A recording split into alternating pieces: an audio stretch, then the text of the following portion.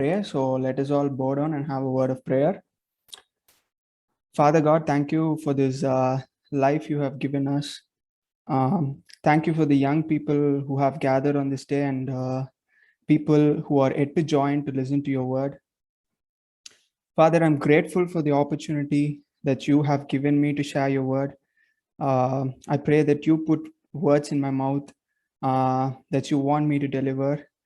And as we are going to learn about living witness, make us all pure at this moment in Jesus' name.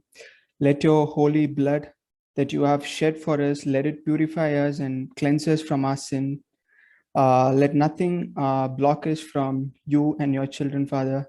Let this word be a blessing. In Jesus' name we pray. Amen. So, living witness. So when I was preparing this topic, it personally helped me a lot in getting more holy, and I hope that it'll do the same for you people as well after listening. So like usual, we are gonna look about the meaning first. So before me explaining the meaning of living witness, being salt and light, let's see what the scripture needs to talk about it. So can we all turn to Matthew chapter 5, verse 13 to 16? Can somebody read it? Matthew chapter 5, verse 13 to 16.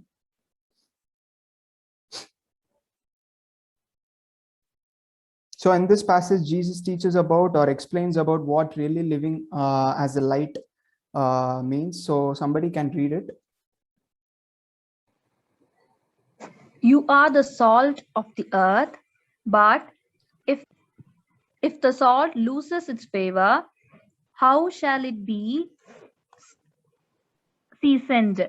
It is then good for nothing but to be thrown out and tumbled underfoot by men. 14. You are the light of the world. A city that is set on the hill cannot be hidden. 15. Nor do they light.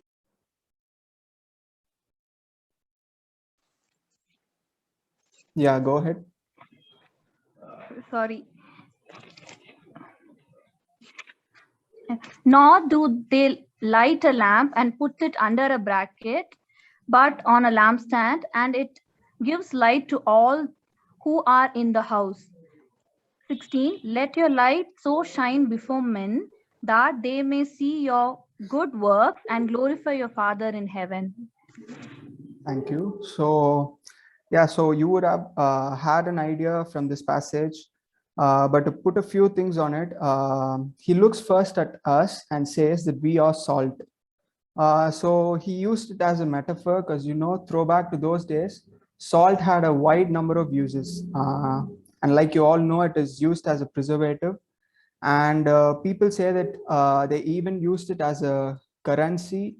And one more thing is that like what happens if we don't use salt in our dishes that we eat? Obviously we'll lose taste of the dish, probably the most important thing that we care for. So if we are a person with no faith, probably according to this passage you are a person of no use. But if you have faith, then you are a person who is most needed and useful than you can ever imagine. So ultimately, he compares the person with faith as salt, and then light comes into the picture. So now you are a person with faith. So you are useful. So what's the use that people can get out of you? It's the faith that you have that has to be shared. So simple that it is the thing that he says that you won't keep the light under a table. You'll make it glow above everything, turning the dark place to light.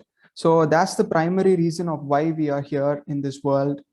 So only if we share the word and be a light in the darkness, only then we are considered as a faithful person. So if a person fulfills all the above, I tell you that he'll be the true living witness in this world. So I think I have given the meaning of it. And now moving on to the believer's position. So as a child of God, what way we have to live? Or let's put it this way, what God expects us to be like, and are we really putting ear to that? Do we really live a life of how God expects us to be? So how to understand this? I'll put it in a single sentence. You can actually see that our being as righteous as Christ is our position in Christ. So probably the righteous living of us determines our position in Christ. So in an easy way, the more you are holy, the more you are closer to God. And if you slide back, then you should know that you are not closer to God.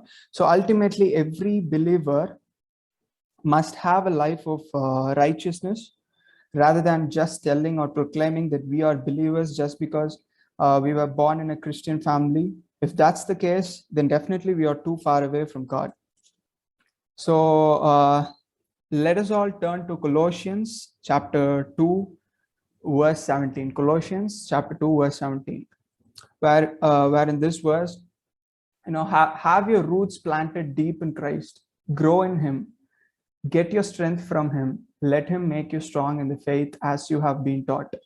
Your life should be full of thanks to Him. So this verse fulfills all the explanation about how a believer has to live in Christ. So I'll actually play a video. So, a couple of days back, I was watching this mini clip on YouTube. It is a pastor from that Bethel AG church in Bangalore. He was speaking about how rooted we have to be in Christ. So it is so relevant to the topic that we are discussing about believers' position in Christ. So take a look of it, and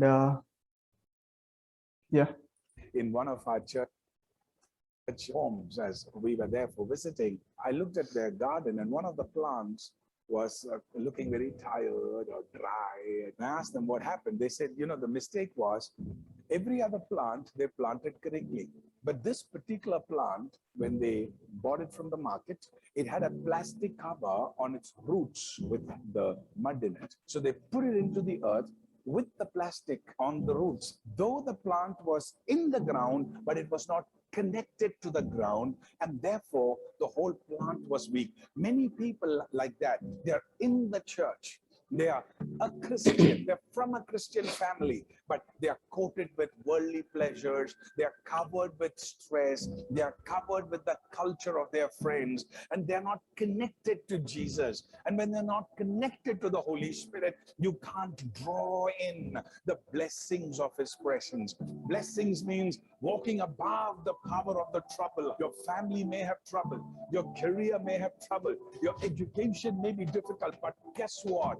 You are coming out, you will have the last word, and no weapon formed against you will prosper. You are blessed in Christ Jesus. So are we really rooted into the Word of God? So if not, it's high time that we do it. By the way, did the video played? Uncle, was it visible? Yeah, it was played. Thank you. Okay. Thank Okay, you. fine. Yeah. So coming back, it is only once by our faith in Christ, we only once received Him as our personal Lord and Savior. We don't keep receiving Christ as our Savior, but our sanctification, which is becoming Christ-like in our lives, is an ongoing process of salvation. So like it is said in Revelation chapter 22, verse 11, evil people will keep on being evil, and everyone who's dirty-minded will still be dirty-minded. But good people will keep on doing right, and God's people will always be holy. So let the holy be more holy. So it is an ongoing process. So that is how our life has to be as a believer. And moving on to places for testimony. So as the children of God, at first what I felt is we got to be holy and true to yourself, true to ourselves, which pleases God. So people may even false accuse you, even though you may be right.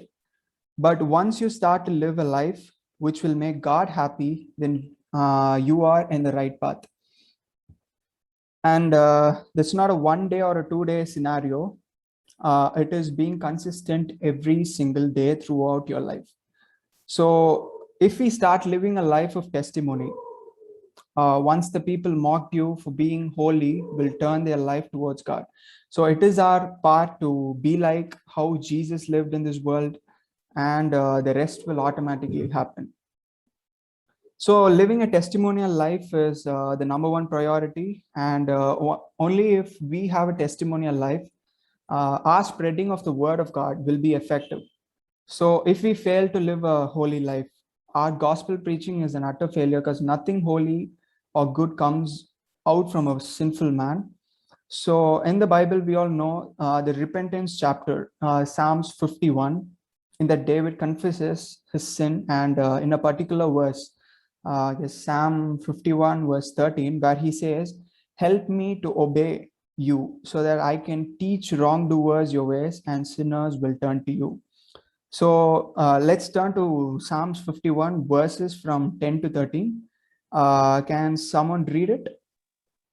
Psalms 51 verse from 10 to 13. Create in me a clean heart, O God, and renew a right spirit within me.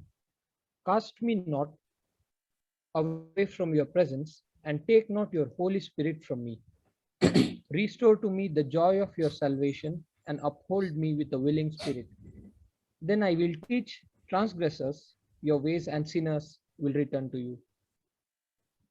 Thank you, Nova. So in this chapter, he at first repents his sins and then receives the power of the Holy Spirit, and receives the joy of salvation, and he is asking help from above to obey God, so that he can share the word and sinners will turn to God. So living a testimonial life is not only when people say or witness or recognizes you as a holy man. It also depends on us and our personal thoughts, which no man knows except God. So have we confessed our sins, and are we walking perfectly in the eyes of God? So everything matters. So let us all have this in our mind and hustle each day to live a testimonial life. And now Bible examples. So we are gonna learn how to live a testimonial life from the particular incidents from Daniel's life. So I'm gonna tell a consequence and you can relate it with Daniel's life. So through the previous, we were discussing about how to live a holy life, being a testimony in front of others. But once we start living that life, then the real deal comes in the form of fear, distraction, and a lot more. So the real challenge is to withstand those which will put us down and to rise up against them with the help of God. So the same happened in Daniel's life. So if we see in Daniel chapter 5, verses from 13, at first we can see how King Belshazzar addresses Daniel by saying that you are Daniel and the spirit of the holy God lives inside you. So you can see that in chapter 5, verse 14.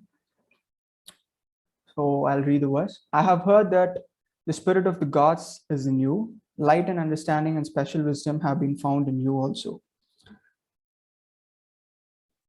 So you can clearly see that he is a living testimony. So at first, living a testimonial life made an impact on the place where the rulers are.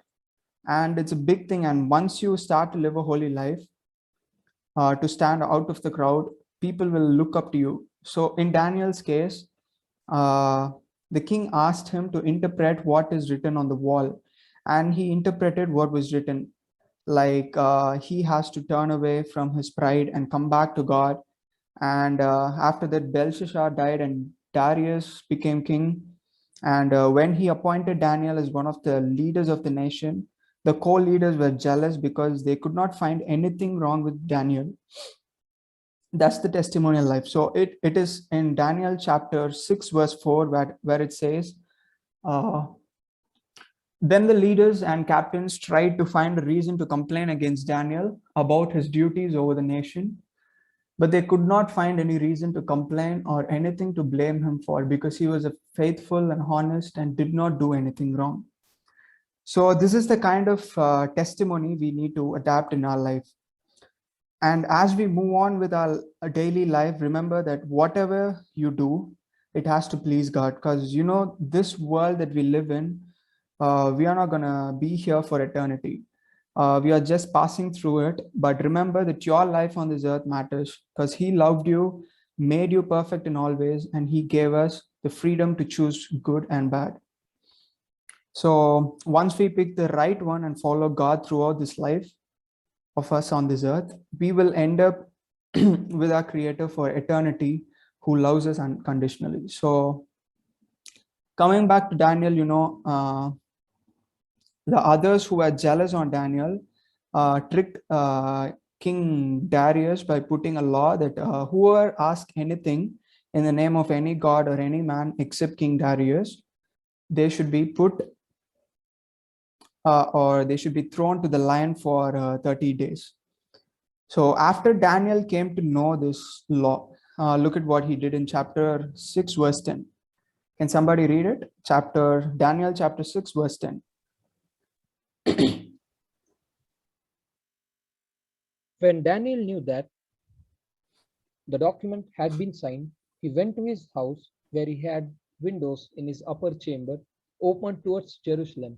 He got down on his knees 3 times a day and prayed and gave thanks before his God, and he has done previously. So thanks, Noah. So he never tripped. He was so strong in his faith. He went and prayed, praised for 3 times a day. My goodness, this is the kind of faith and trust we need to have, especially these days.